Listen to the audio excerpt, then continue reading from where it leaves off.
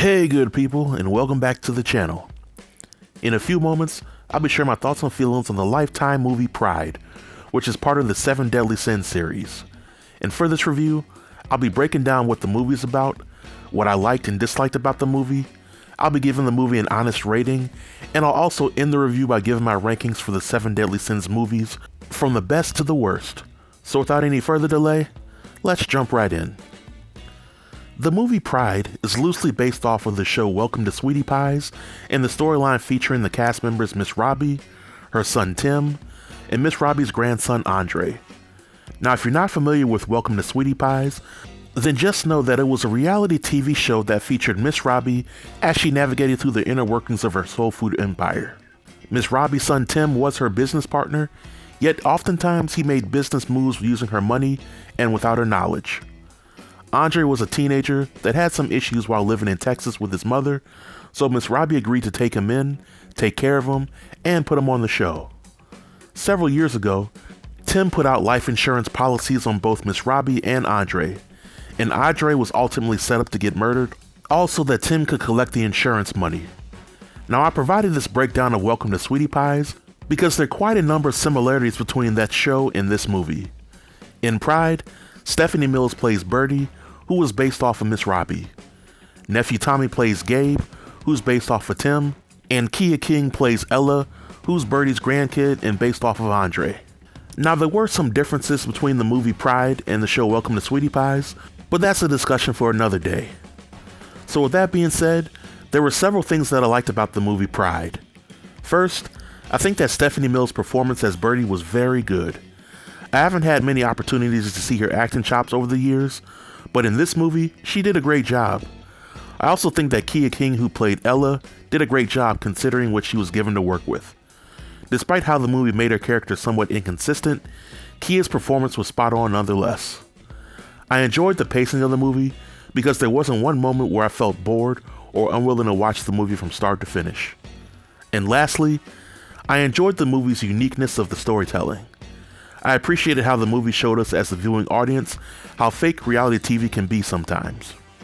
But unfortunately, there were some things that I did not like about this movie.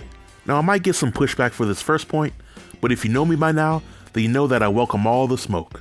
But in my opinion, Nephew Tommy as Uncle Gabe was not a great casting choice. And this is nothing against Nephew Tommy. I am a huge fan of his comedy and prank calls.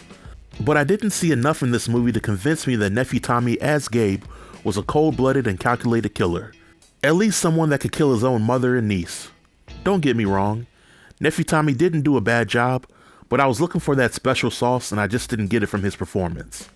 Secondly, I felt that this movie as part of the Seven Deadly Sins series felt disjointed to a degree. In the movie's lust and envy, the themes of spirituality, forgiveness, and belief in God were prevalent through the movie storytelling. In the movie's wrath and greed, these themes were even less prevalent. In Pride, these themes were regulated to just a few minutes out of the entire movie, which was disappointing for me. Thirdly, with the movie called Pride, I could think of at least 10 better ways to make a movie about the Seven Deadly Sins of Pride, and one could argue that due to Uncle Gabe's motivations to steal Birdie's money and keep the company for himself no matter the cost, that this movie could have easily been based on the deadly sin greed and it would have fit perfectly. And lastly, I think that Ella's character was inconsistent throughout the movie. In the beginning, Ella came off as very hateful towards Birdie, and in a matter of a few days, she fully trusted Birdie, and all the pressures of being on a reality TV show? I don't think so. In my opinion, the abundance of red flags that Ella saw from Birdie and Uncle Gabe throughout the movie should have been more than enough evidence to make her want to leave the situation. But she stayed, despite the movie painting her character as having common sense and being untrusting of these relatives. But if I had to give the movie a rating, it would be a solid C+. The movie had some flaws in my opinion, but I would still recommend it as a movie for folks to watch and judge for themselves.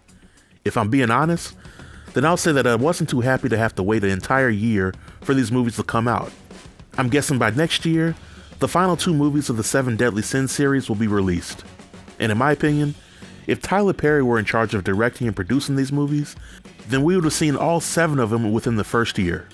But for the last part of this review, I will rank these movies in order for what I believe is the best to the worst. As the best, I would choose Greed, then Envy, then I would choose Pride, Wrath, then Lust. But there are 2 movies left, and we shall see where they fall in the completed order. But this marks the end of my review. Feel free to leave all comments below in the comment section, and let me know what you think about the movie and how you rank these movies in order. I'll be sure to reply to everybody. Until next time, stay tuned and stay safe. Peace.